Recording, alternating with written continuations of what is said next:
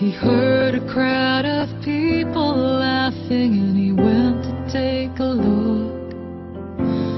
Thousands were listening to the stories of one man.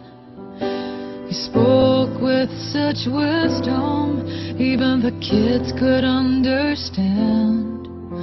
The hours passed so quickly, the day turned into night.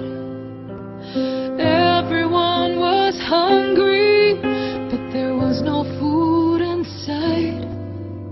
The boy looked in his lunchbox at the little that he had.